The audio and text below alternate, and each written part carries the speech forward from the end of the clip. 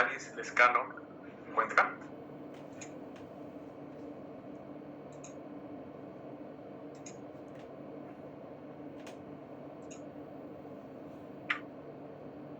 Profesor, no se encuentra conectada. Ya. Yael Mirano. Señor profesor, buenas noches, disculpe usted. Sí, Víctor, ¿me iba a decir algo? Estamos dando examen, profesor. Yael Mirano.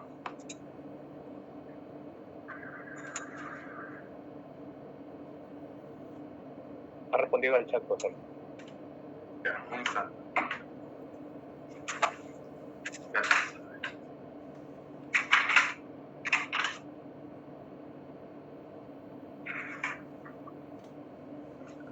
Profesor, buenas noches.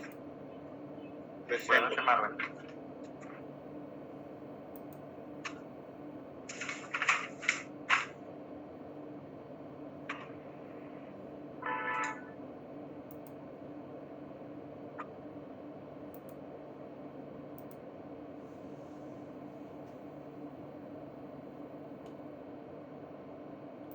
Rocío Gutiérrez. ¿Se encuentra Rocío Gutiérrez? No se encuentra conectada, profesor. Ya.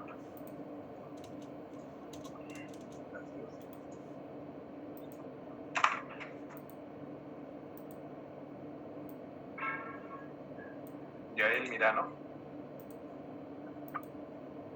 Sí, le mencioné que había respondido al chat, que está dando examen. Ya. Jonathan Pajuelo. Presente, profesor, buenas noches. ¿Qué tal, Jonathan? Jonathan, en tus palabras, ¿qué es para ti un metadato? ¿O qué es el metadato de un documento? Profesor, es como una información que está digamos, en el fondo de un documento, ¿no? Que no se ve a simple vista, pero que describe de alguna forma los elementos de un documento. Ya, toda información que describe el contenido, la estructura y el contexto del documento, ¿no? Recordemos esos tres mínimos. Ajá. El contexto, ¿no? Cuando hablamos de contexto hablamos del documento y sus relaciones. Contenido, ¿cierto? Sin contenido no hay documento, ¿no? Pensemos en el papel. Un papel en blanco no es un documento, ¿no? Ajá, y la estructura. Ya. Sí, profesor. Muy bien, gracias, Jonathan.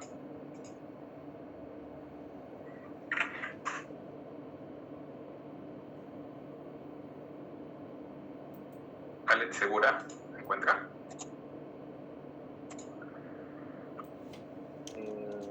No, profesor, no se encuentra conectado. Gracias. Gonzalo Suárez.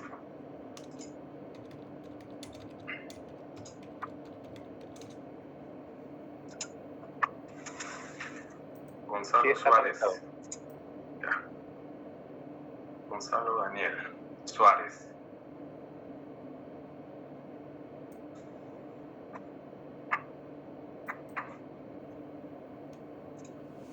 Está.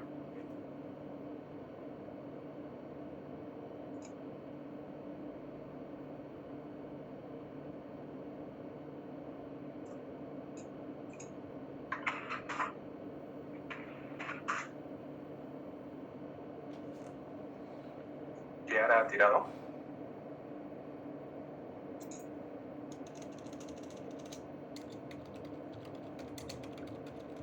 Sí se encuentra en la sesión. Gracias. Kiara ha tirado.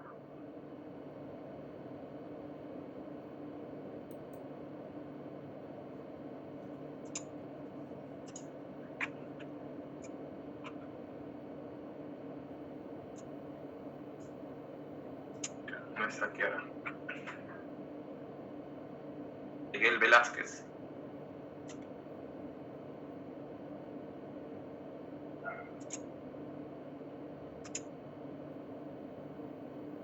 Miguel Velázquez no está.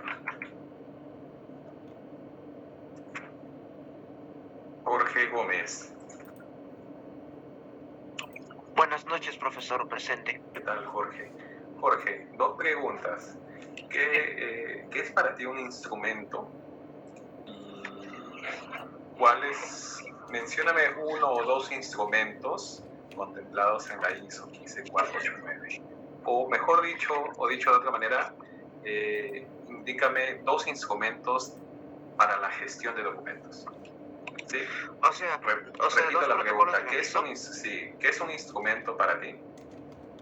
¿Qué es un instrumento? ¿Para qué nos sirve? Un instrumento es como una ley, como un protocolo estándar que se define para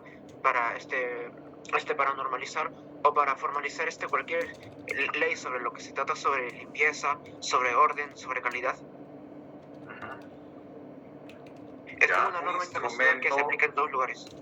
Sí, Jorge, vayamos despacio.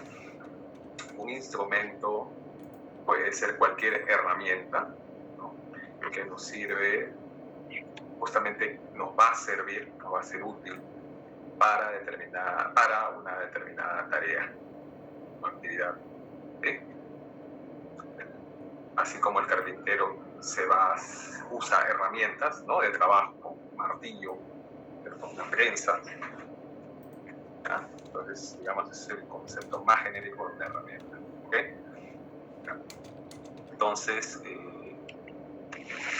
indícame un instrumento para la gestión de documentos. Un instrumento para la gestión de documentos. Con relación a la última clase. Déjame un momento. Por ejemplo, la famosa norma ISO 15489. Ya. Sí, podría ser considerado un instrumento. Sin embargo, la ISO 15489 señala algunos instrumentos para la gestión de documentos. Claro. ¿Alguno de ellos? ¿Recuerdas alguno de ellos? Bueno, no me acuerdo muy bien. Ya. Ya, gracias, Jorge. Gracias, profesor. El profesor, están levantando la mano el compañero Miguel Córdoba. Sí, para que sí. Jorge, recuérdame hacerte nuevamente una pregunta en la siguiente clase. Adelante, Miguel. Profesor, buenas noches. Bueno, no sé si equivocarme. En proceso de gestión de documentos, según la ISO 15489, se refiere a la creación, registros, clasificación, metadatos, acceso. Sí, sí. Ya. Perdón. Muy bien. Pedro, Patrick, ¿cierto? También levantó la mano Patrick. Sí, iba a decir el cuadro de clasificación de documentos. Ya, uno de ellos, ok. Ya. Voy a compartir pantalla. ¿Dónde está? Profesor, también dijo que otro instrumento era el esquema de metadatos. Eso sí, está en la ISO. Sí, señores, no confundamos un proceso con un instrumento. ¿Sí? Ustedes ya conocen la definición de un proceso, ¿cierto? Un conjunto de actividades mutuamente interrelacionados, tienen principio y un fin, ¿cierto? Las actividades guardan un orden, una coherencia entre sí, ¿no?, una secuencia, ¿ya?, y transforman insumos, ¿no?, en productos, en servicios. Y para yo realizar un proceso necesito de un instrumento, o también el instrumento va a ser el producto de ese proceso. ¿Sí? Señores, a ver, si yo clasifico documentos, voy a realizar el proceso de clasificación de documentos, ¿sí? ¿Cuál será mi resultado? ¿Cuál será mi producto? Un cuadro de clasificación, ¿cierto? O también, si yo llego a un archivo y ya existe un cuadro de clasificación, haré uso de ese instrumento para clasificar documentos, ¿cierto? Entonces, yo para realizar el proceso puedo servirme, emplear un instrumento, o el instrumento puede ser resultado también del proceso. Depende de cómo se llama, pero no confundamos proceso e instrumento, ¿sí? para un proceso de planificación, ¿cierto? Voy a planificar las actividades del archivo central del próximo año. ¿Sí? Estoy realizando un proceso de clasificación, de planeamiento, ¿sí? ¿Ya? Consultaré a las demás partes, revisaré mi presupuesto del otro año, ¿cierto? Haré uso del BOE, ¿no? Haré uso de mucha otra información, de mis recursos disponibles. ¿Cuál será el resultado de ese proceso de planeamiento? La elaboración del plan anual de trabajo archivístico, ¿sí? Y para el proceso del otro año, ya en la ejecución de lo planeado, ¿no? Ya la ejecución de todo lo que planeé el año anterior, voy a servirme nuevamente de ese instrumento que es el plan anual de trabajo, porque voy a ejecutar según lo planificado, ¿sí? Entonces, con ese ejemplo no debemos confundir proceso e instrumento, ¿no? Así, por ejemplo, para la descripción, ¿no? También voy a describir documentos, ¿sí? Proceso de descripción, cuál será el instrumento que me sirva para dicho proceso, ¿no? El plan de descripción de documentos, los inventarios ya existentes que puedan estar formalizados, aprobados por una directiva, ¿cierto? ¿Cuál será mi resultado de ese proceso de descripción? Un inventario de una serie determinada en un periodo, una fracción determinada, ¿no? Una fracción de tiempo, ¿sí? Igual que para la valoración, ¿sí? Todo proceso eventualmente debería tener un instrumento de utilidad o un instrumento como resultado, ¿ya?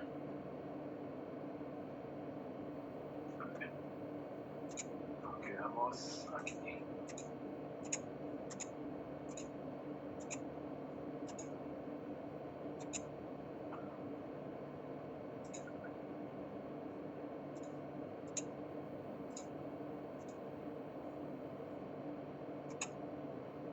Muy bien, señores, se ve la pantalla, ¿cierto? Sí, profe. Ya. Sí, señor profesor. Vimos, vimos un proceso de la ISO 15489, que es la definición de reglas de acceso y permiso, ¿cierto? Porque los documentos, por la información que contienen, deberían tener categorías, ¿cierto? Y restricciones para acceder a determinados documentos. Entonces, por ejemplo, en el ejemplo más sencillo que le puse en la clase anterior, un personal no autorizado no debería tener acceso a documentos sin la autorización correspondiente, ¿no? Profesor, Sí, pero eso es el instrumento, ¿no? No el proceso. este es el proceso. A ver, este es el instrumento. Ajá, un esquema de reglas. Así lo llama la ISO 15489. Reglas de acceso, ¿no? Este instrumento, ¿cierto? Considerado instrumento, podría estar dentro de otro, ¿ya? Así, por ejemplo, mira, te voy a mostrar por acá.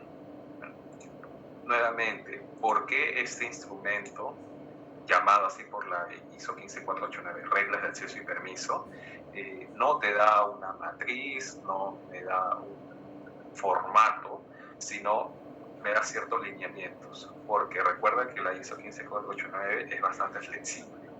Entonces, me otorga los lineamientos, lo que yo debería contemplar, lo que yo debería hacer, ¿no?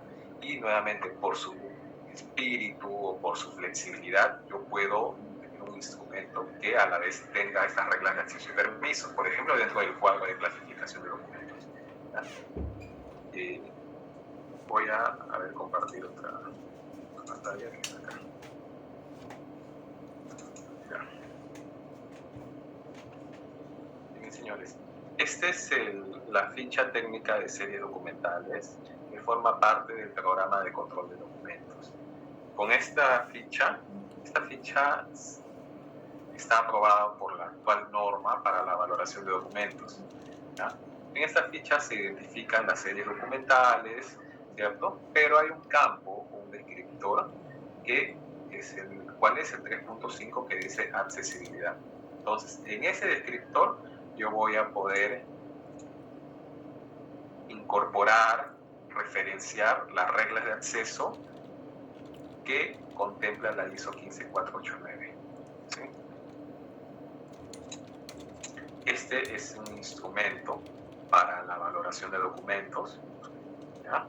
Sin embargo, aquí no solamente hago valoración de documentos, sino tengo un campo que se referencia con otro instrumento, que es ¿cuál es?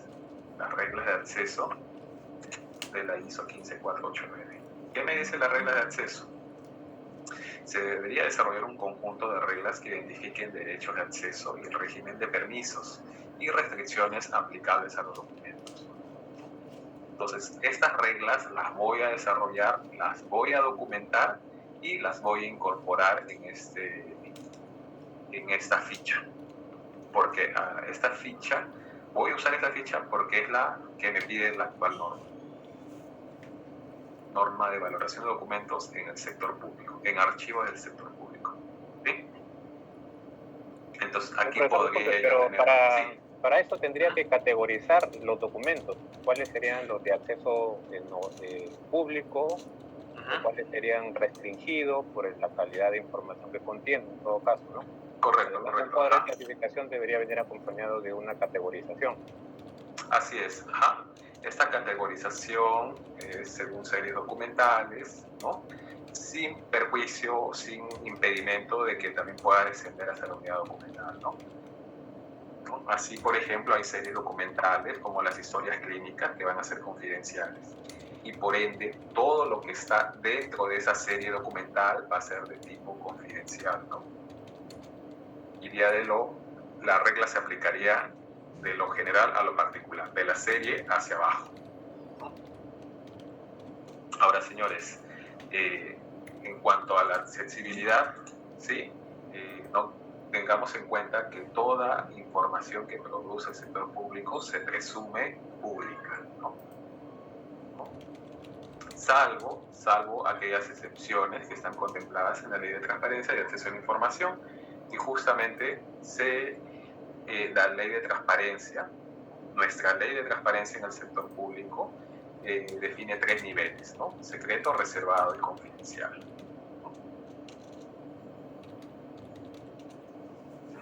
Entonces, preguntas con voluntarios. Un plan anual de inteligencia, ¿ya?, del comando conjunto, ¿qué nivel de clasificación podría tener? Vamos a hablar como una posibilidad. ¿Podría ser secreto? Sí, secreto, claro que sí. Un plan de tácticas policiales. Sí, podría ser reservado. Nuevamente, la norma te dice qué tipo de documentos, ¿no? Habría que revisar ya casuística. Ahora, el secreto bancario, ¿qué tipo de documentos tributarios, por ejemplo? Reservado. Sí, confidencial. Puede ser confidenciales, ¿cierto? Vimos que era... Datos que tienen. Sí. Un legajo de personal, ¿qué nivel de clasificación tendría? Se lo pregunto. No clasificado. No, sería confidencial, un legajo de personal. Porque también tiene datos. Porque tiene información. Sí, alguien habla bastante bajito, si pudiera un poco... Creo que es mi audio, profesor. Está un poco mal mi audio. Muy bien, Lisbeth. Sí, un legajo de personal, de hecho, tendría información confidencial, ¿no?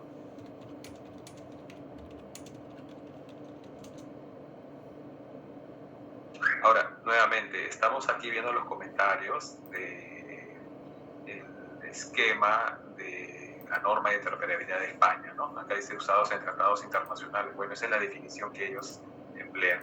Quizás debería cortar esto. Vamos a cortarlo.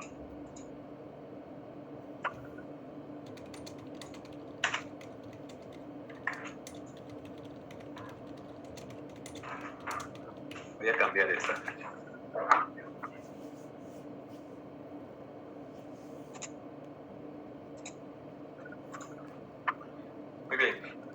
sobre los niveles de clasificación de la información, bueno, ¿alguien ha hecho uso de la ley de transparencia? ¿Alguno de los presentes?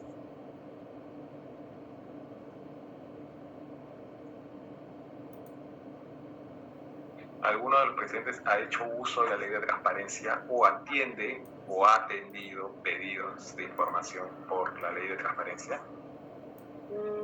Yo, profe, pero desde la posición de administrado. ¿Ya? O sea, tú has solicitado información haciendo uso de tu derecho de acceso a la información pública. Sí. ¿Alguien más? ¿Qué solicitaste, Roxana? Solicité cotizaciones que no se habían presentado en sobres cerrados, pero bueno, yo lo solicité porque los montos eran, por ejemplo, si yo puse 20.99, la otra persona puso 20.98. Coincidentemente, entonces lo solicité para verificar si realmente se había presentado o no. ¿Eso fue en el marco de un proceso de selección? Sí, una contratación directa, sobre todo, no proceso. Ok, muy bien. Gracias. Entonces, Jorge, ¿querías comentarnos algo? Sí, profesor. Bueno, en mi caso, como poseedor de la información, que es el término que se usa, sí, me han requerido la persona encargada de recepcionar y atender los pedidos de acceso a la información, AIPs. Usualmente como archivo central nos piden, ¿no? Y como poseedores de la información atendemos esos pedidos. Y bueno, eso más que nada, pero directamente no he sido ese responsable que siempre a nivel institucional siempre asigna. En algún tiempo al archivo central le dieron esa función, me acuerdo, pero se ha ido flexibilizando, ¿no? Ya no es tan mecánico como en algún momento, ¿no? se había propuesto. Muy bien, gracias, Jorge. Miguel. Sí, profesor, yo hice, bueno, como usuario, como servidor, pedí información al archivo central sobre un margen de error que había tenido en mi proceso, ya que esta oficina no me quería pagar y a la vez no me informaba cuáles eran mis errores. Lo consulté al archivo y me dijeron que tenía que pedirlo mediante el FUC, mediante ley de transparencia en mesa de partes, para que ellos me dan la información del porcentaje de error que hubo y lo cual se podría corregir. Y eso fue lo que yo solicité, profesor. Ya, muy bien, gracias. Sí, miren, la ley de transparencia es bastante amplia. La ley tuvo su reglamento, ahora hay un texto único ordenado. Como proceso, ha ido perfeccionándose. Lo único que quería comentarles respecto a la ley de transparencia es que todos tenemos derecho a solicitar información de la administración pública porque ésta se presume pública, ¿no? Salvo las excepciones que hemos comentado, ¿no? De la información secreta, reservada y confidencial. ¿Okay? Entonces, ustedes pueden solicitar a la administración pública cualquier información y esa está obligada a proporcionársela en plazos determinados. Y además de las excepciones, también otra excepción es que la entidad pública no está obligada a crear información que no posee, ¿no? Entonces, esta ley es útil para la defensa de derechos, ¿sí? Y también incluso para la investigación. Así, por ejemplo, ustedes pueden realizar trabajos de investigación, un informe profesional, una tesis, haciendo uso de este derecho. Porque nuevamente, si yo voy a pedir información por otra vía, es bien complicado, ¿no? Es algo que podría eventualmente presentarme a la entidad, tendría que quizás enviar cartas de presentación, una carta de sustento, tener los permisos, ¿no? Y Quizás otra vía es solicitar información, ¿no? Podría solicitar el cuadro de clasificación, el PCA, el plan anual de trabajo archivístico, entre mucha otra documentación de interés archivístico que posea la entidad. Yo podría solicitarlo por la ley de transparencia, ¿no? Y así tendría la evidencia.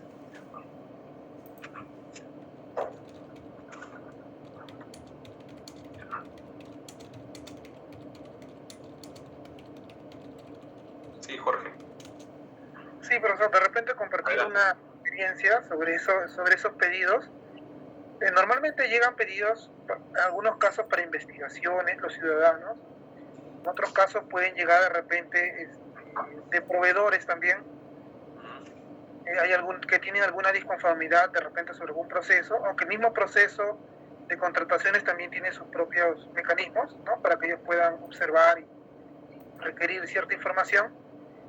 Pero en el caso de ciertas entidades, como por ejemplo SUNEDU, curiosamente, a veces nos bombardean de pedidos por transparencia, entes fiscalizadores, aparte del Ministerio Público, del Congreso, que hacen pedidos de cantidades enormes, ¿no?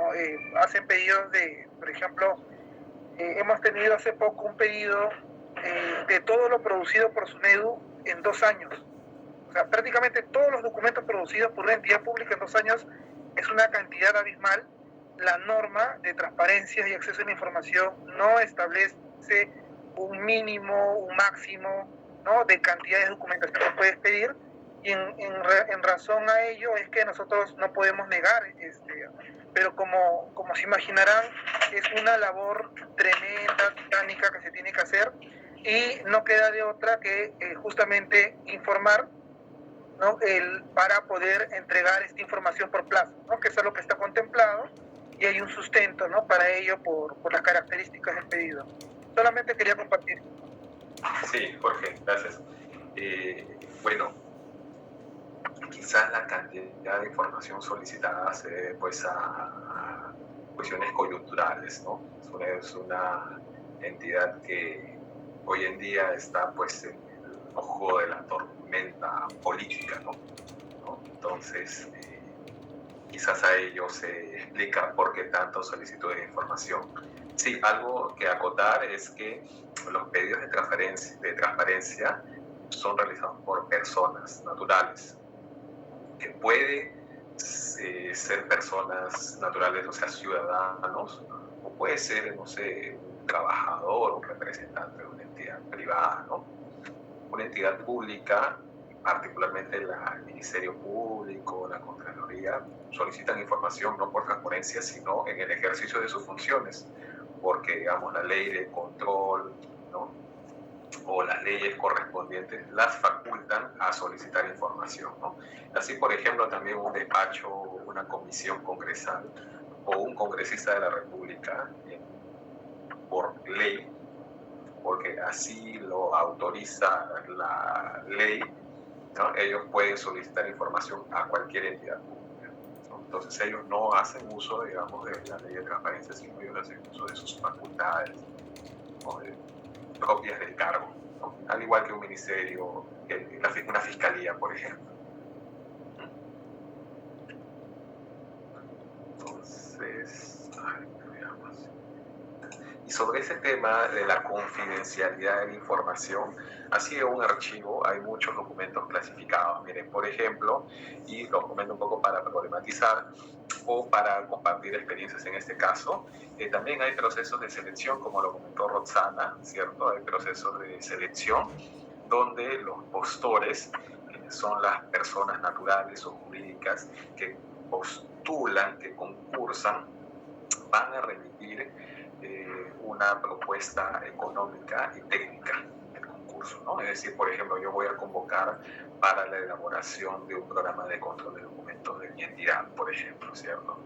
Entonces voy a establecer requisitos mínimos de los postores, pueden ser personas jurídicas, con una experiencia determinada, ¿no?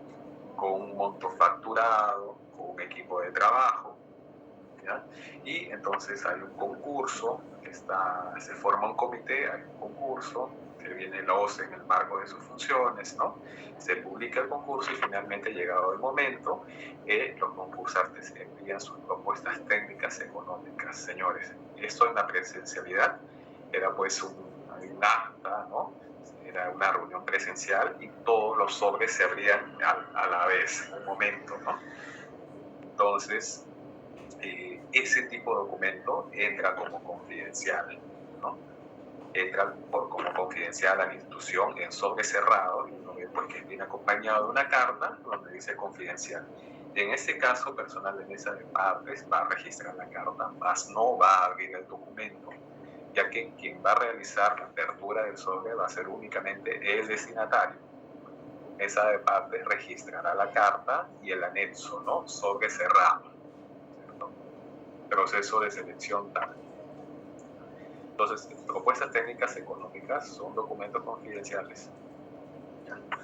Al menos tengan claro que quien va a abrir el sobre generalmente es el destinatario. Así también las historias clínicas, los legajos de personal, porque tienen información sensible, información personal. También en una entidad privada, por ejemplo, podría ser incluso un estudio de mercado, algún documento pues, que tenga que ver con trabajo intelectual o con la estrategia comercial de la entidad, ¿no? Con un plan, no sé, con un plan de mercadeo, de introducción de un producto al mercado. O sea, van a ser documentos en el ámbito privado que van a tener también ciertas restricciones, ¿no?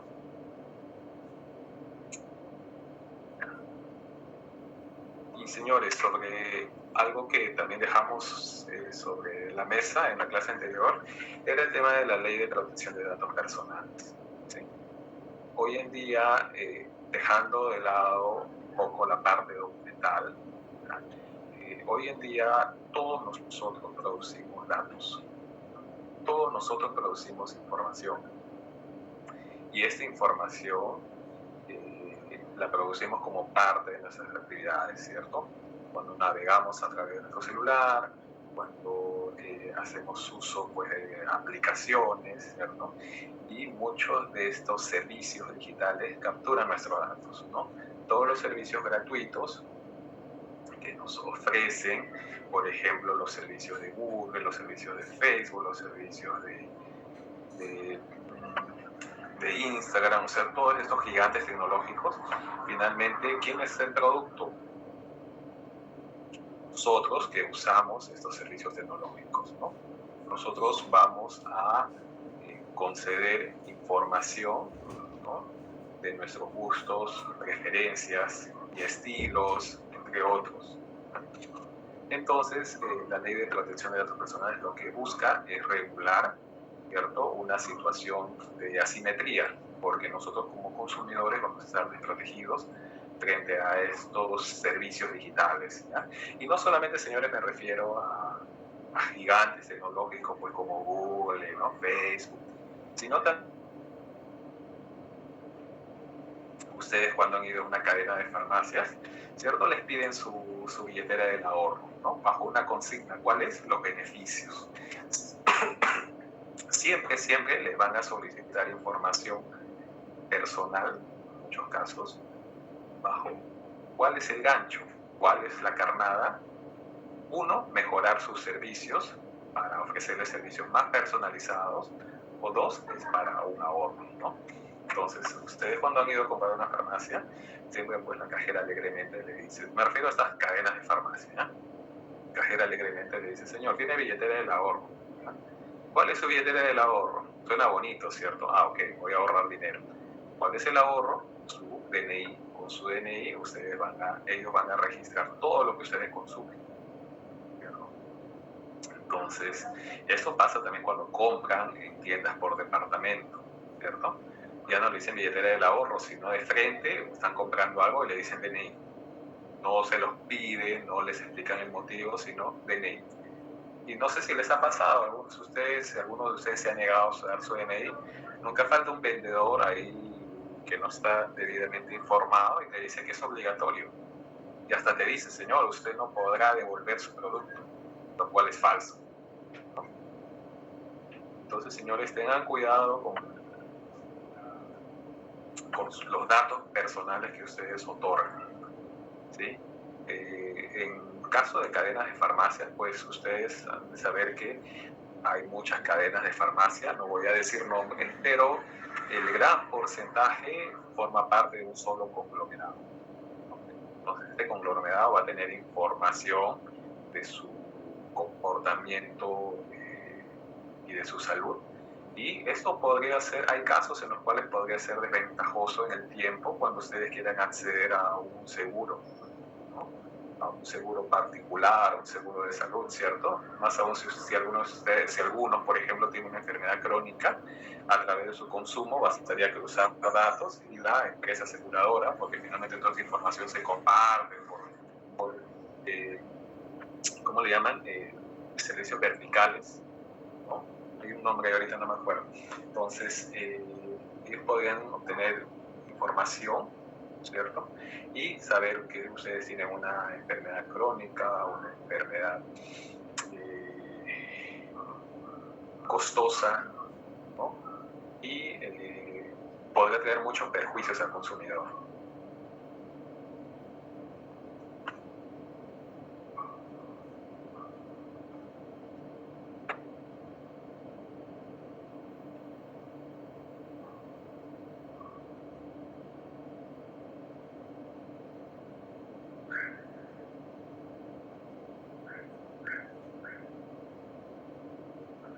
Profe, disculpe. Sí, Melissa. Sí, yo quería mencionar algo sobre lo que dijo.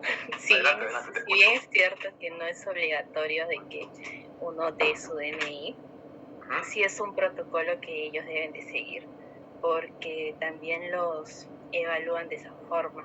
Porque claro que sí. Hay un cliente incógnito y sí es obligatorio de que les pregunten sobre el monedero del ahorro y sobre sus datos personales. Por supuesto, es el protocolo de la tienda, o mejor, es el protocolo que cumple el vendedor, es la estrategia comercial de la tienda, ¿no? Pero eso tiene que hacerse frente con quién, con el conocimiento del consumidor, ¿no? El consumidor tiene que proteger, ¿no?, sus datos personales y no otorgarlos así gratuitamente. El dato personal cuesta, no solo cuesta, sino también podría tener un perjuicio, ¿no? Ustedes han visto ya en los medios, la filtración de datos personales, ¿cierto? Hay entidades que no han administrado debidamente sus bancos de datos personales. En Wilson circulan bases de datos, pues, de determinados clientes en un determinado rubro, un determinado servicio, ¿no? Y toda esta información después es usada de forma indebida para posibles estafas, ¿no?, para acoso y muchas otras modalidades, pues, ¿no?, de delitos o faltas de personas. Entonces seamos cuidadosos. Ustedes han visto que hace poco hubo un debate, pues, sobre el ingreso de alimentos a los cines, ¿no? Entonces, ¿qué estrategias, por ejemplo, ya venían adoptando, pero sin embargo fortalecieron las cadenas de cine? Es tener membresías, ¿no? Membresías para que ustedes tengan una tarjeta de cine. Y finalmente, ¿qué iba a obtener el cine con esa tarjeta? Sí, les va a dar beneficios, obvio que sí. No solamente les va a dar beneficios, sino ellos con inteligencia comercial les va a dar beneficios en películas que quizás en horarios donde las salas pueden estar más vacías, van a también a obtener información de cuáles son sus gustos y preferencias a la hora de consumir alimentos, ¿no? Cosa que antes no sucedía. 10 años, 15 años atrás, por ejemplo, ustedes iban al cine y la empresa únicamente tenía información de cuántos clientes entraban a la sala, ¿no? En cambio, ahora pueden establecer perfiles, pueden saber cuántos varones, cuántas mujeres, que consumen en la mañana, que consumen en la tarde, y así usar muchas otras variables, ¿no?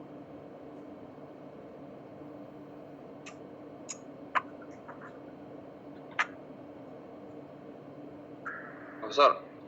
Sí, Pascual, te escucho. Sí, profesor, sino un comentario. En todo caso, quizás se ha convertido en un buen mercado nuestros datos el reporte de deuda que las entidades financieras manejan. Pero esto empieza con la Superintendencia de Bancos Seguros, que todos los meses emite el reporte de deuda de todos los ciudadanos mayores a 18 años, con o sin deuda, vigente o atrasada. Y esto se convierte en una mercadería para las centrales de riesgo privadas, como Equifax ahora, Certicón, Informa y todos los demás. De ahí pues que las empresas financieras o también otras empresas comerciales compran esa información para vendernos productos. Eso no es. Gracias. Sí, seguro. De hecho, la ley es todo un campo pues, de estudio, es bastante complejo ese tema de la protección de datos personales. Y lo que ya mencionas ya no solamente son datos personales, sino también tiene que ver con servicios de banca de seguros, ¿no? Como muchas empresas se sirven de esta información, puede ser conforme a ley, ¿no? Porque para Infocor, señores, yo lo sigo llamando así, no sé si ha cambiado de nombre, hay todo un procedimiento, ¿no? Para yo poder denunciar a una empresa en Infocor, ¿no? Entonces, pero siempre pues en este mercado de información pues hay personas naturales o jurídicas que te sirven de esa información, ¿no? Así, por ejemplo, también cuando ustedes tienen un sectorista de un determinado banco, aseguradora, ¿no? Este sectorista cambia de una empresa a otra, se lleva muchas veces toda la cartera de clientes, ¿no? Entonces, por eso mismo, muchas empresas se protegen con determinadas cláusulas contractuales de protección o confidencialidad de la información, ¿no? Ustedes han trabajado en el sector público, ya sea como personal gas, ¿no? O como proveedores de servicios con seguridad, como parte de su vínculo contractual, ¿no? Ustedes han firmado cláusulas de confidencialidad de la información, ¿no? Durante y después de concluido el vínculo contractual, ¿no?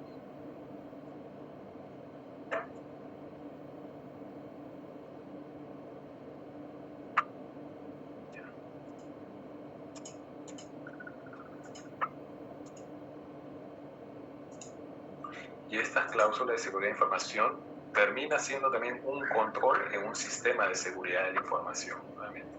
Y eso, y ustedes, porque cuando vimos, en la penúltima clase, veremos algo de un sistema de seguridad de la información. La ISO de seguridad de la información establece 120 y tantos controles, y uno de los controles justamente atañe al personal, ¿no? Porque son las personas, uno de los... o es, mejor dicho, es a través de las personas que muchas veces hay fuga de información, ¿no? Entonces, justamente esos estas cláusulas, estos formatos de confidencialidad de información es un tipo de control, ¿no? Señores, ustedes han visto también ya las tesis, por ejemplo, ¿no? Tesis que están en línea, Cybertesis o los repositorios de las universidades. Por ejemplo, muchas universidades también tienen como parte de su formato declaraciones juradas en las cuales pues, el tesista, ¿no? suscribe comprometiéndose o declarando que su tesis ha seguido, pues ha contemplado los derechos de autor, ¿no? Y que la producción académica es de su autoría, ¿no? Sin llevar a cabo pues plagio, ¿no? Entonces, de esta forma la universidad, digamos, en otras palabras, se protege frente a un posible plagio, ¿no? Por parte del aspirante o del tesista, ¿no? Del tesista. Porque vamos, la universidad no se va a dar el trabajo de justamente verificar sus fuentes, ¿no? Muchas universidades hoy en día tienen este programa Turing y hay muchos otros más. Estos software, muchos otros más, pero esa herramienta no existía hace 10, 15, 20 años atrás. Entonces, ¿qué hacían las universidades? Muchas veces tenían estas declaraciones juradas, ¿no? Entonces, estas declaraciones juradas, estos formatos donde uno se compromete o declara, terminan siendo controles, ¿no? Controles documentales.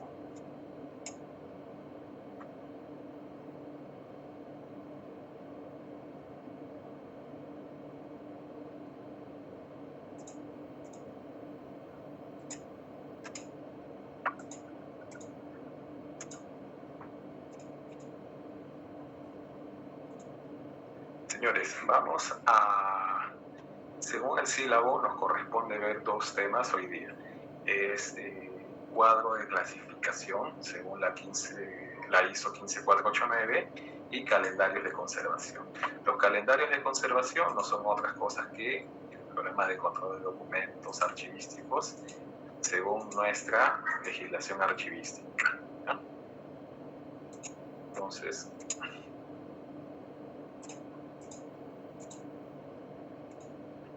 ¿sí se ve mi pantalla? ¿Sí? Sí, profe. Ya. Señores, estos dos instrumentos van a ser materia de estudio en su currícula. ¿Ya? Ustedes van a tener un curso de organización, no sé si 1 y 2, no lo sé, ¿ya? Pero van a tener un curso enteramente de organización documental. En ese curso ustedes van a conocer los principios, el proceso de organización, de clasificación, y también van a conocer el instrumento. ¿Cuál es el instrumento? Los cuadros de clasificación de documentos. Así que nosotros vamos a darle solo una mirada así, desde el punto de vista de la normalización. ¿Okay? Porque lo van a ver en mayor detalle en los siguientes cursos. Entonces, los cuadros de clasificación de documentos son herramientas que vinculan al documento con su contexto, es decir, vinculan al documento con su productor y con su función, ¿no? ¿Ya? Entonces, señores, en España hay muchas instituciones públicas que tienen sus cuadros de clasificación en línea, donde ustedes pueden visualizar esos instrumentos. Muchos de estos instrumentos son de tipo orgánico, es decir, están jerarquizados, sistematizados, ¿no? Unidad de organización, serie documental. Así, por ejemplo, ¿no? Presidencia ejecutiva es la instancia, la unidad de organización, y la serie vendría a ser, no sé, actas de sección, actas de consejo, ¿no? Por ejemplo. Hay otros de tipo funcional, donde están sistematizados de acuerdo a las funciones y no de acuerdo a las unidades de organización, ¿no? Entonces, pueden ser de dos tipos: orgánicos, es decir, de acuerdo a la unidad de organización, o pueden ser funcionales, es decir, según las funciones o procesos. Y así también hay otros instrumentos mixtos, ¿no? Integrados, hay propuestas también de ese tipo, ¿no? Mateo Páez, por ejemplo, tiene también una lectura sobre cuadros de clasificación integrados o relacionados, ¿no? En nuestra legislación, el PCDA, o sea, el Programa de Control de Documentos Archivísticos, integra el cuadro de clasificación. Por eso lo vamos a ver en mayor detalle. A ver. Roxana, ¿me ayudas con la lectura? 8.5, calendarios de conservación.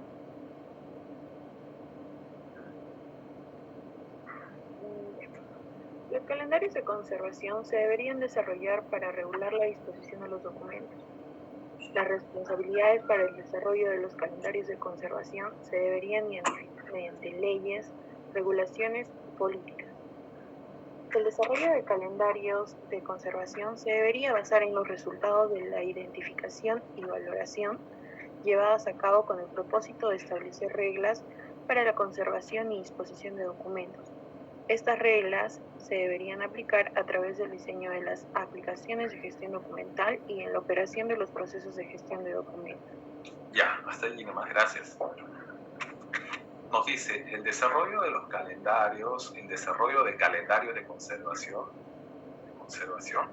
se debería basar en los resultados de la identificación y valoración de los documentos. O sea, para yo poder establecer un calendario de conservación, debo identificar plenamente los documentos o las series documentales y valorarlos. ¿Qué consiste esa valoración? A ver, su valor temporal o permanente, ¿sí? Entonces yo debo hacer un análisis, porque identificación, ¿qué es?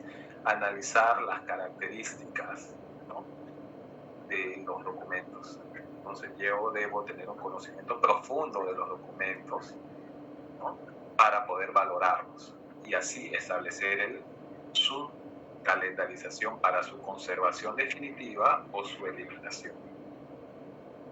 justamente acá dice con el propósito de establecer reglas, ¿no? Estas reglas pueden ser, por ejemplo, una vez valorados los documentos de valor permanente, a conservar a lo largo del tiempo. Es una regla.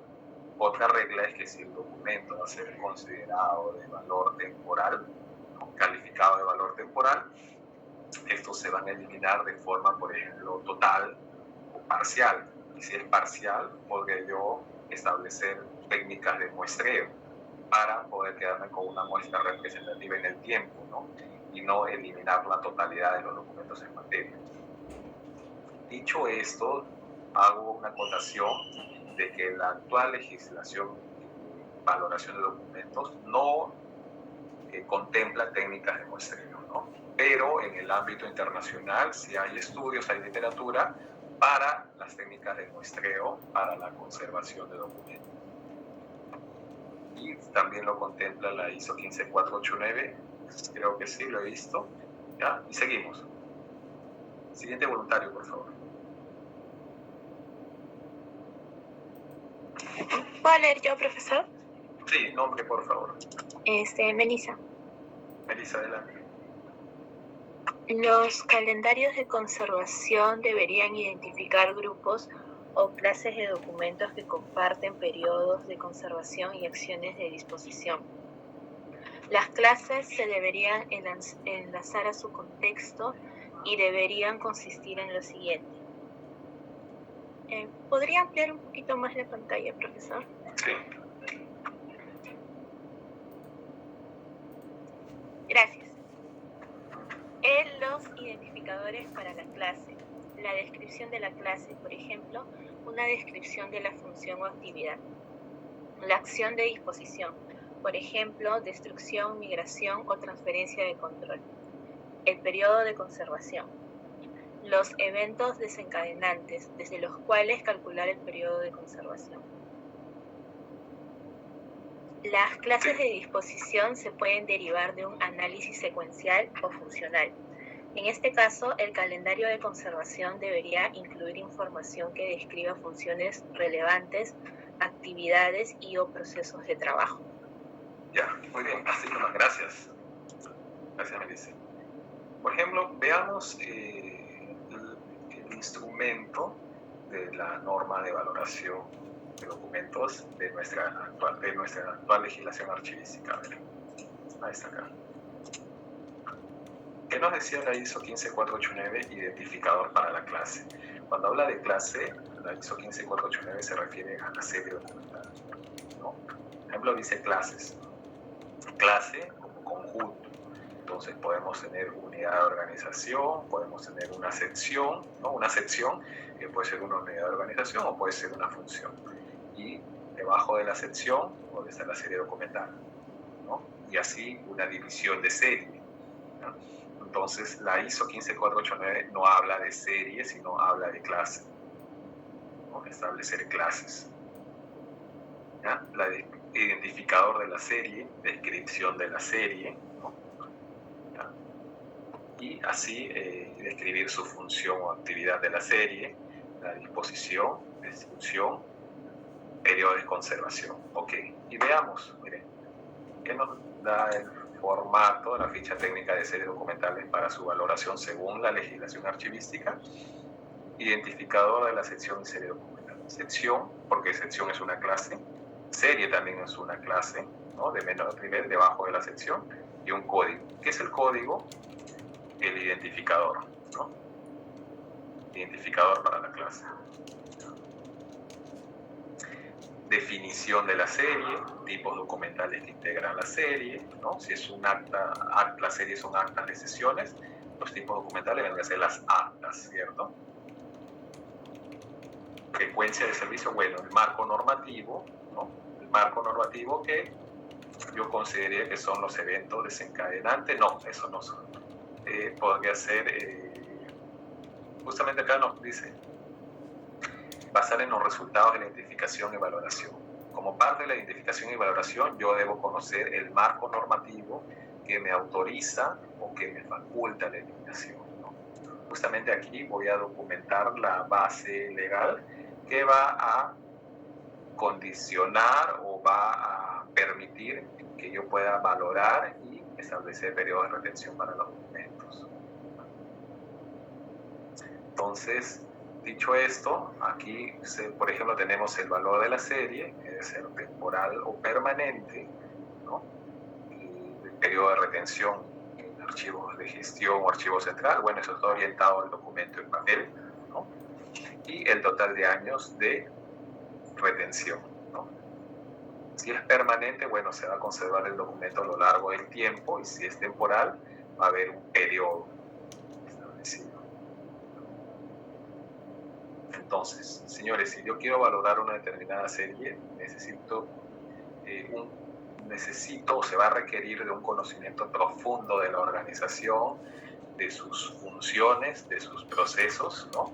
Para yo poder identificar la serie, tener un concepto de la serie, una definición, y así también conocer todo el marco jurídico que me faculte, ¿cierto?, a poder establecer sus valores y, en consecuencia, también sus periodos de retención, ¿no?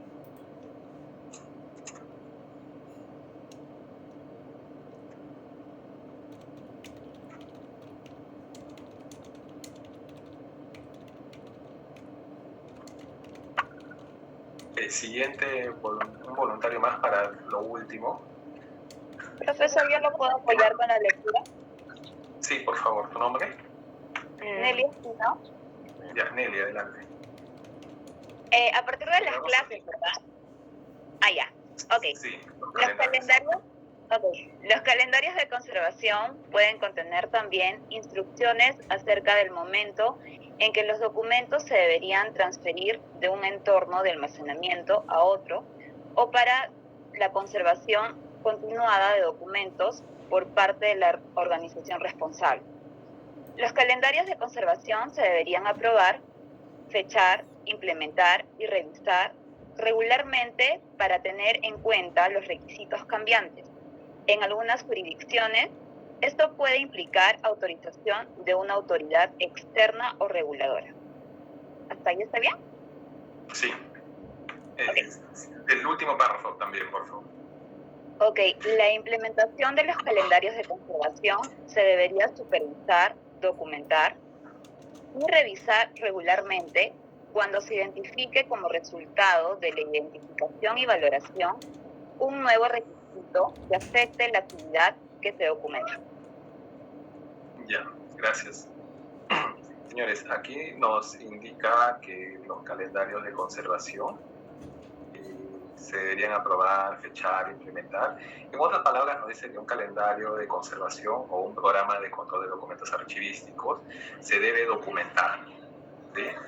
A su vez, que este es un documento vivo, ¿sí? Señores, si yo elaboré y se aprobó mi programa de control de documentos archivísticos en el 2021, debo administrar una versión beta, una versión 2, porque nuevamente es un documento vivo, es un documento que se va ajustando, es un documento que se va actualizando también con relación a nuevas normas que autoricen o restrinjan la eliminación de documentos, ¿no?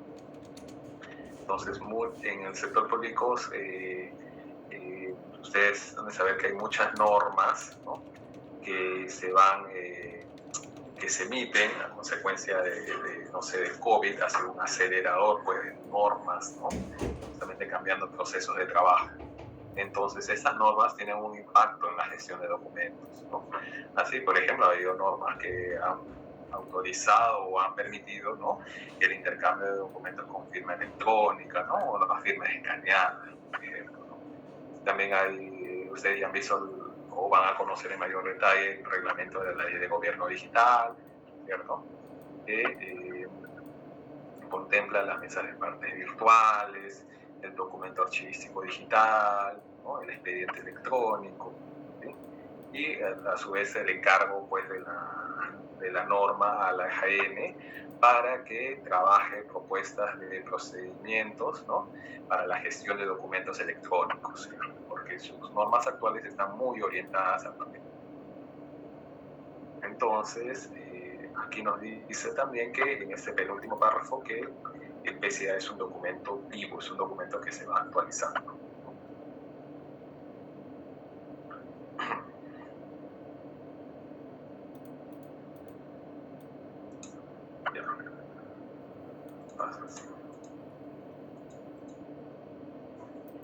Entonces, según nuestra legislación, nuestros calendarios de conservación tendrían a ser nuestro programa de control de documentos. ¿Qué es un programa de control de documentos? Un PCDA es un instrumento de gestión archivística que determina las series documentales y establece sus valores y periodos de retención. ¿Ya? Entonces, una serie documental, ¿no?, según la fórmula productor más función más tipo documental. Por ejemplo, no sé, informe de supervisión de una gerencia, ¿no? El productor, ¿quién es? La jefatura, la gerencia, ¿no? En la oficina. ¿Cuál es la función? Resolver asuntos de su competencia según el reglamento de organización y funciones, tal. Y el tipo documental sería informe. ¿Cuál es el resultado? La serie documental e informe de supervisión. Esta fórmula ustedes la van a ver en mayor detalle en el curso de organización. Entonces, ¿qué nos dice, qué contempla el PCDA, la norma de valoración? Que el PCDA establezca los valores de las series documentales. Entonces, una serie documental va a tener un valor temporal o permanente, ¿sí? ¿En qué consiste el valor permanente? O sea, su mismo término lo dice, para que permanezca en el tiempo. ¿Por qué va a permanecer en el tiempo? Porque van a ser indispensables para la organización o para la sociedad, ¿no?, en función a su valor testimonial e informativo. Por ejemplo, testimonial, señores, aquellos documentos que testimonian la evolución de la entidad, ¿no?, su creación, su evolución. Por ejemplo, los reglamentos de organización y funciones de la entidad, ¿cierto? Los estados financieros, ¿no? Otros documentos que puedan ser de valor testimonial son aquellos que contemplan, que tengan información para la rendición de cuentas, ¿no?, de la organización, de un determinado sector, así también que alberguen derechos sociales, ¿no? Y el valor informativo, aquellos que constituyan, que cuenten con información que sirvan para la investigación y el conocimiento, ¿no? Ustedes saben que muchos archivos históricos, muchos archivos centrales son consultados por la ciudadanía, ¿no?, no solamente para el ejercicio de sus derechos, sino también en el marco de la investigación y el conocimiento por investigadores, ¿no? No me refiero, señores, solo a historiadores, sino pueden ser sociólogos, pueden ser periodistas, y muchos otros, ¿no? Y no me refiero solamente a los archivos históricos, sino también a los archivos centrales, a la información que se produce en el día a día, ¿no? En el ejercicio de la ley de transparencia, ustedes han solicitado información no histórica, sino información reciente, ¿no? ¿Qué hace la entidad? Le pide al archivo central o al archivo de gestión, ¿no?, a quien posea la información, ¿cierto? Y los documentos de valor temporal son aquellos que son prescindibles, pues, ¿no?, aquellos que una vez concluida su vigencia administrativa, ¿no?, un periodo de retención, un plazo precaucional también, ¿no?, van a ser prescindibles, ¿no?, una vez cumplida su finalidad administrativa, su finalidad legal, contable o fiscal, ¿no? Entonces, ustedes, como les comenté, hay una norma para la valoración de documentos, y esta norma para la valoración de documentos tiene como, contempla el proceso de identificación y valoración de documentos, ¿no?, y tiene como instrumento el PCDA. Ya le hemos dado un vistazo a esta ficha técnica de series documentales. Esta ficha de técnica de series documentales contempla ciertos campos, ¿no?, de la ISAG, que es un instrumento de descripción, ¿no?, un instrumento normalizado para la descripción de documentos. Porque nuevamente, ¿qué hace esta ficha? Es describir documentos, describir series, ¿no? Porque señores, la valoración se aplica a series documentales y no unidades documentales, ¿no? ¿Por qué a series? Porque se aplica la valoración a un conjunto de documentos en función de, o sea, con relación a una función, a un proceso, ¿no?, y no unidad por unidad. Ustedes, señores, imagínense que van a valorar un conjunto de actas y tengan que leer acta por acta. No sería razonable, ¿cierto? Además, habría un criterio muy subjetivo, si es que yo voy a eliminar y analizando unidad por unidad documental. Entonces, la valoración se aplica a las series documentales.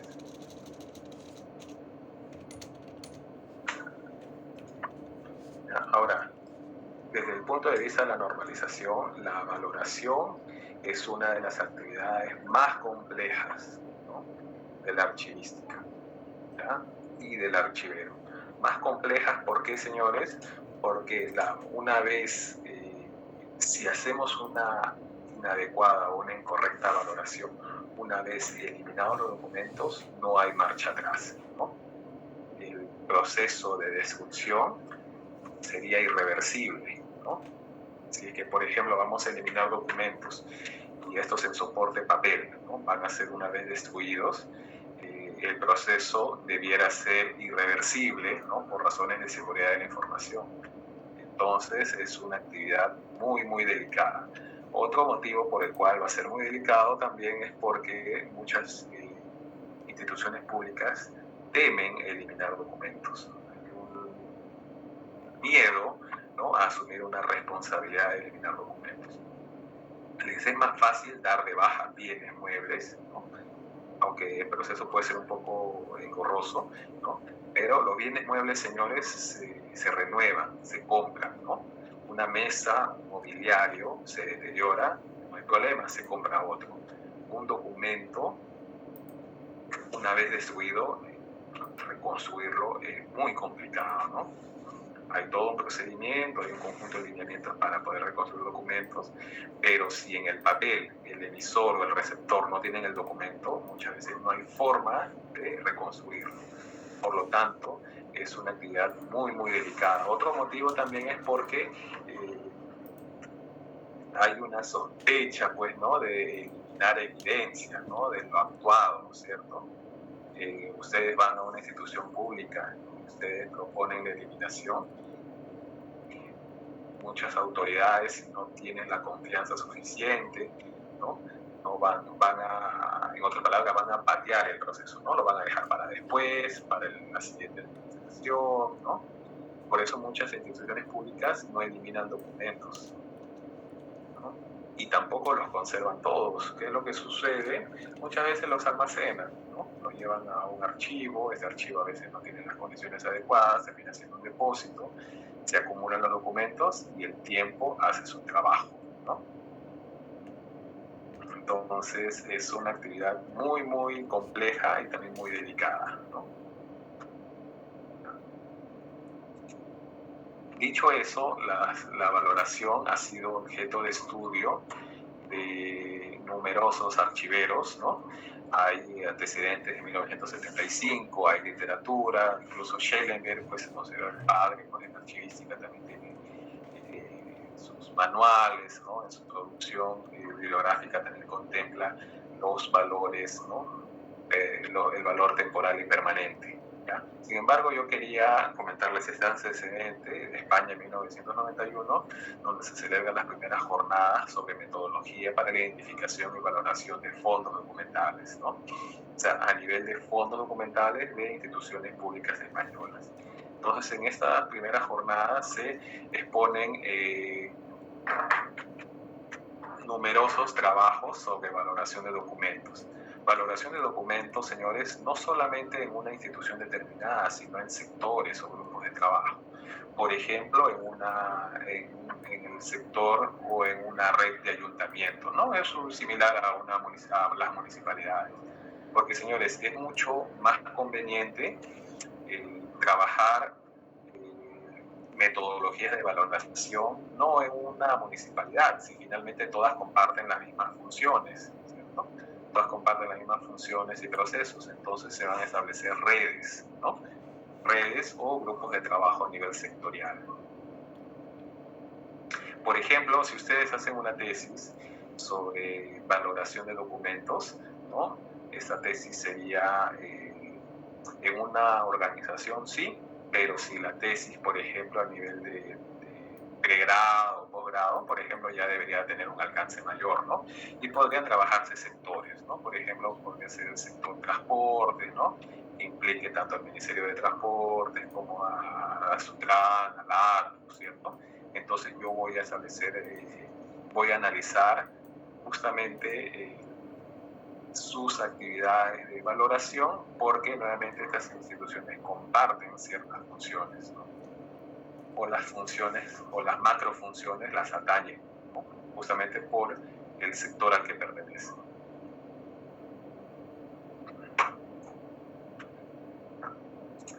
Señores, también ustedes conocen ya ese logo, ¿cierto? El ICA. ¿Qué es el ICA? El Consejo Internacional de Archivos, ¿no? Es una entidad normalizadora, ¿no? En materia de gestión documental, ¿ya? Y el ICA formó un grupo de trabajo para la evaluación de documentos. No le llamó valoración, sino evaluación de documentos, ¿ya? Y aquí primero destaco que el término valoración en otros países le llaman evaluación. Y así el Foro Iberoamericano de Documentos, de evaluación de documentos, que fue un proyecto financiado y dirigido por el Consejo Internacional de Archivos, ya propuso el término evaluación. Evaluación comprende la identificación, la valoración y la selección, ¿no? Mientras que la ISO 15489 llama al proceso disposición, y nuestra actual legislación, ¿cómo llama al proceso? Valoración. Entonces, ustedes se dan cuenta que hay bastante dispersión, bastante heterogeneidad terminológica, ¿ya? Los motivos los tendría que decir un experto, ¿ya? Sin embargo, también te dice algo, te dice que el término está en constante actualización, en constante evaluación, por la importancia que tiene, ¿no? ¿Ya? Entonces el Foro Iberoamericano de Evaluación de Documentos, ¿no? ¿Qué nos dice? Que la evaluación, llamémoslo valoración, es uno de los procesos más importantes y delicados, ¿no? Justamente porque es eliminar evidencias de adecuada en la administración pública, ¿no? También va a tener un impacto en los testimonios para las generaciones futuras, ¿no? Para la misma organización, porque también se va a moldear o se va a conservar su memoria, ¿no? O las evidencias de su evolución, ¿no? De sus funciones, ¿no? Entonces, tiene un impacto no solamente para la organización, sino también para la ciudadanía y la sociedad en general. Entonces, se formó un proyecto, pues, de investigadores, ¿no? A nivel internacional, diferentes países de Iberoamérica, y tuvo una producción bibliográfica, ¿no? Esta producción está disponible en este sitio web que comparto, ¿no? Y aquí ustedes van a poder ver trabajos, ya no de una organización, de un sector, sino trabajos a nivel de Iberoamérica, ¿no? Así, por ejemplo, vamos a entrar a la sitio.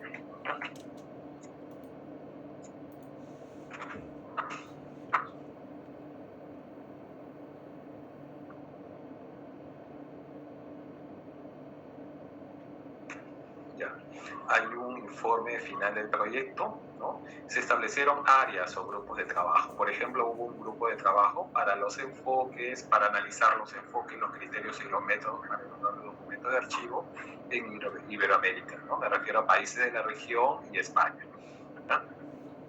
Incluyendo Brasil también. Entonces hubo un grupo de trabajo también para la evaluación de documentos digitales, es decir, ellos no se quedaron en la evaluación o la valoración de documentos en papel, sino también abordaron, ¿no? La evaluación de documentos digitales. Hubo un grupo de trabajo también para investigar los muestreos, ¿no? Como les dije, en nuestra actual legislación se habla, pues, de valor permanente, temporal, ¿no? Y si es temporal, hasta allí queda. Sin embargo, en el Foro Iberoamericano se dijo, señores, si vamos a conservar series documentales de forma temporal, podríamos eliminar la totalidad o de forma parcial. Si es parcial, vamos a conservar muestras, y para conservar esas muestras debemos emplear técnicas de muestreo, ¿no? Para obtener muestras representativas. Y también hubo un grupo de trabajo para homologar programas, o sea, se refieren a cátedras, a programas formativos de lo que es selección documental, ¿no? O sea, ¿qué hizo este grupo de trabajo? ¿No? Llevó a cabo la homologación de las currículas de los cursos de selección documental en diferentes países, ¿no? Incluyendo el caso peruano. Entonces se analizaron pues lo que contempla las currículas en Argentina, pues en Chile, ¿no? Y este grupo de trabajo tuvo un informe final y se establecieron conclusiones, ¿no? Y también hubo un grupo de trabajo para la terminología, porque la evaluación de documentos también tiene una terminología propia, ¿no? Una terminología que es en constante evolución, ¿ya? Entonces, señores, esta bibliografía les va a ser súper útil para el curso de valoración documental, creo que así se llama en su currícula, porque son informes, son investigaciones, ¿no? De un alcance a nivel de Iberoamérica.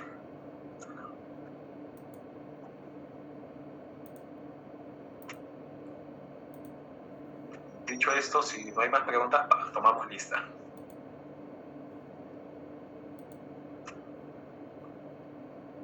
Ya.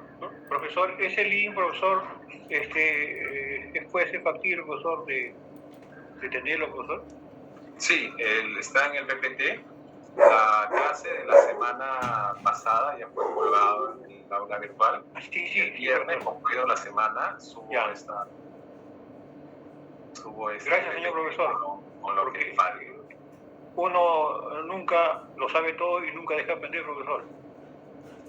Muy bien, señores. A ver. ¿Ustedes les han dejado foros en el aula virtual? Sí, profe.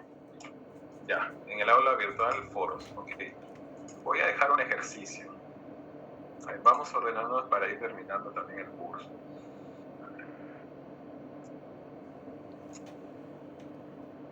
Ya, la siguiente clase vamos a dar un vistazo a la ISO 27001, que es Gestión de Seguridad de la Información. ¿Ya? Y el día martes 12 tenemos la última clase. ¿Ya? Entonces, para esa fecha ese día 12 de julio va a ser la fecha límite para lo que vamos a desarrollar en el foro.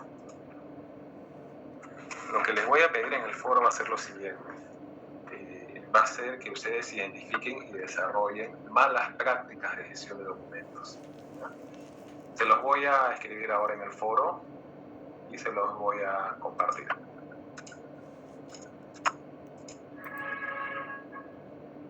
Malas prácticas, profesor. Sí, identificar una mala práctica, pero no basta con identificar, sino desarrollar. Porque, señores, cuando hemos hablado de normalización, hablar de normalización es hablar de normas, ¿sí? Pero también es hablar de buenas prácticas, ¿no? Las normas son resultado de buenas prácticas, ¿ok? Y todos pues sabemos las buenas prácticas, ¿cierto? Pero lo que yo quiero también saber es el otro lado de la moneda. ¿Cuáles son esas malas prácticas de gestión documental? ¿Ya? Ustedes las pueden discutir, les pueden preguntar a algún compañero, si trabajan en archivos les pueden preguntar a algún. Algo bien puntual en 3-4 líneas a lo mucho. Ya, señor profesor. Ustedes han visto pues estas empresas tecnológicas, ¿no? Estas startups, ¿cierto? Tienen como filosofía de trabajo documentar y aprender del fracaso, ¿no? Aprender del error. Algo que en nuestra cultura no está muy bien visto, ¿no? En nuestra cultura no se premia el error, ¿no? No se reconoce, no se acepta, ¿no? Entonces, bajo ese enfoque, yo quiero que ustedes identifiquen, ¿no? Y desarrollen alguna mala práctica de gestión documental, ¿no? Muchas veces se aprende no solamente de la literatura, de la teoría, sino también se aprende del error.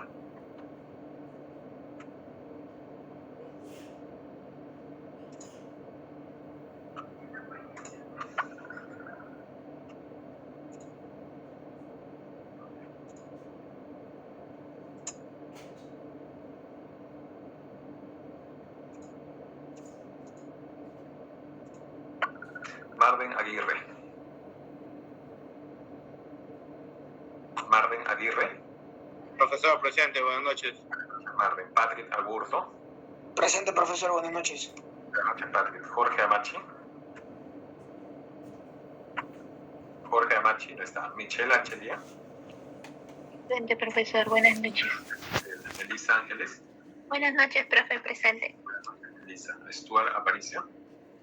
Presente, profesor, buenas noches. Jorge Machi está conectado, pero no ha respondido. Ya, gracias. Víctor Atuncar. Víctor Atuncar. Víctor Beldi, presente. Carol, buen día. Presente, profesor. Buenas noches, Carol. Manuel Calderón. Manuel Calderón. Presente, profesor, buenas noches. Roberto Calla. Presente, profesor, buenas noches. Buenas noches, Roberto. Manuel. Manuel. Roberto Calla. Buenas noches, profesor, presente. Gracias, Roberto. César Campos. Buenas noches, profesor. Presente. Pedro Caprizano. Presente, profesor, buenas noches. Buenas noches, Pedro. Miguel Córdoba. Presente, profesor, buenas noches. Buenas noches, Miguel. Nelly Espino, presente. Buenas noches, profesor. Jorge Gómez. Jorge Gómez. Buenas noches, profesor presente. Jorge. Rocío Gutiérrez. Buenas noches, profesor presente. Rocío. Sandra Herrera. Sandra Herrera. Profesor, Sandra Herrera ya se retiró. Se retiró, ¿no? Sí. John Guamaní. Buenas noches, profesor presente. Buenas noches, John. Gladys Lescano. Buenas noches, profesor presente. Buenas noches. Yael Mirano. Presente, profesor, buenas noches. Buenas noches, Yael. Catherine Muñoz. Presente, profesor, buenas noches. Buenas noches, Catherine. Juan Obando. Buenas noches, profesor presente. Buenas noches, Juan. Jonathan Pajuelo. Presente, profesor, buenas noches. Buenas noches, Jonathan. Ana Paredes. Buenas noches, profesor presente. Buenas noches, Ana. Jackson Parodi. Presente, profesor, buenas noches. Buenas noches, Jackson. Ángel Quispe. Ángel Quispe. Pascual Ramos. Presente, profesor, buenas noches. Buenas noches, Pascual. Ángel Quispe no está, ¿no? Quispe Ramos. Buenas noches, profesor presente. Jorge Sarmiento, sí, presente. Alex Segura. Presente, profesor. Sí, buenas noches, Jorge. Alex Segura. No está conectado, profesor. Luis Simón. Presente, profesor, buenas noches. Buenas noches, Luis. Gonzalo Suárez. Gonzalo Suárez. Kiara Tirado. Buenas noches, profesor presente. Miguel Velázquez. Buenas noches, profesor presente. Buenas noches, Miguel. Giacomo Vieira. Ha levantado la mano. Ya.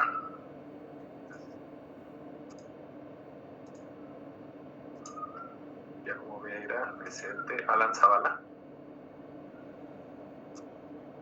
También levantado la mano. Igualmente. Ajá. Gracias. Natalia Sea. Aquí, profesor, buenas noches presente. Buenas noches, Natalia. Roxana Zuni. Buenas noches, profesor presente. Buenas noches, Roxana. Muy bien, señores. Entonces, nos vemos el viernes, ¿sí? Para ver el tema de gestión de seguridad de la información.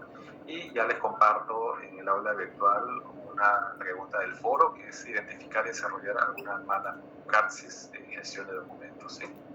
Profesor, ¿y lo del foro tiene fecha límite hasta cuándo? Sí, la fecha sería para el 12, ahí les voy a indicar. Ya está bien, gracias. Ajá. Ya el 12 podría eventualmente preguntar a algunos compañeros, ¿no? Desarrollar esa mala praxis, ¿ya? Sobre todo aquellos que estuvieron que necesitan subir notas, ¿ya? Y yo les voy a enviar un correo más o menos con un correo indicando las últimas indicaciones del curso, que es para la evaluación de la práctica, para el control de lectura y para el segundo examen parcial, porque si nos pide el SILO. Ya, no se preocupen, les voy a enviar el correo al delegado y él se lo va a compartir. Muy bien, señores. Hasta aquí la clase de hoy. Buenas noches. Nos vemos el viernes. Buenas noches, profesor.